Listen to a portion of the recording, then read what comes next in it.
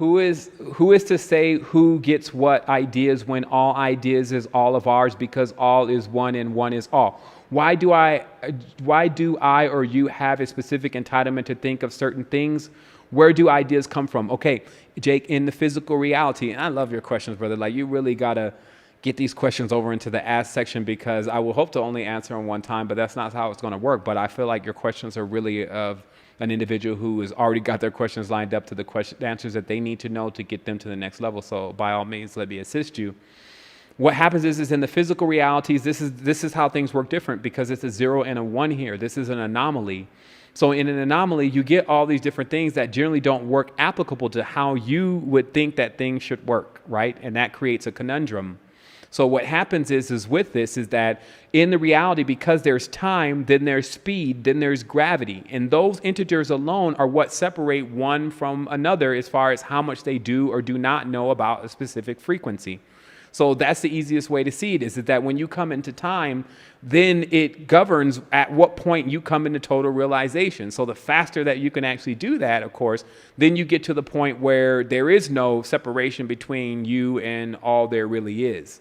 And until then, though, below the speed of time, below the speed of light, in the vortex, then things are appearing to you as they arrive. So you're seeing the effect, not the causes. And so you have an opportunity, especially with this information knowledge that's being produced on a consistent basis, to move above the speed of light. So that way you become the Oversoul. You're actually your own Oversoul. So there's individuals that will ask you and tell you, I feel disconnected with my Oversoul. And this is like the beginning. And even me personally, in the beginning, I did feel there was a higher version of myself pulling me closer and closer. But there was a certain merging point. And then at that merging point, I didn't feel the logic anymore to say that there was an Oversoul and refer to it as if it was outside of me, or if it was something that needed even a term or a name. And so that's what happens, is that you actually come through a full merger at a certain point. Then you're on your way to all seeing, all knowing, because you're using the blueprint. So at that point, it just takes you to think about something to really understand it. But you still have to put that across your face, your database, or your consciousness, your frontal lobe, whatever.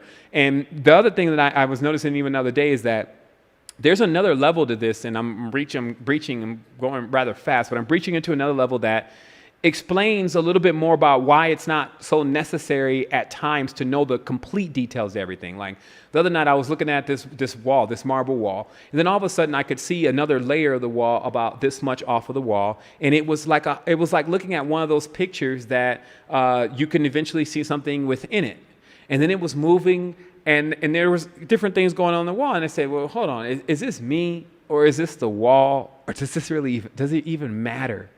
And then when I said that, I caught the idea right then, the frequency of the idea. It said exactly, because what you need to really do, because this kind of period is either going to continue to graduate or it's going to shut off, is really figure out more of what you should be doing right now and what you should be doing with it, more so than what it is. So remember that your brain, your mind, your body, your soul, and your consciousness needs to really start to be tweaked a little bit more with how you're using it, because if you're spending a lot of time trying to figure out the mechanics of something that even when you do figure it out, it's not like it's going to really have done that much for you. Meaning, what am I saying by that? It's like once you do kind of figure out how it all operates, you still got to go and operate it. So if you focus more on just operating it, you'll find that, especially if you're in one of those spaces, which can be very flighty, if you start thinking of the wrong things and spending your time doing in that, right? So if I'm looking at the wall and I'm trying to figure out how are there multiple layers on the marble wall, and is the marble really alive, and is it connected to a certain kingdom, or is it just my eyes, and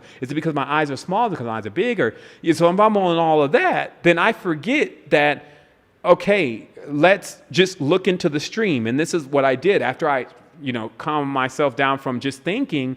I could see the stream, and in the stream you could see all the best ideas that are relative to what's in your mind.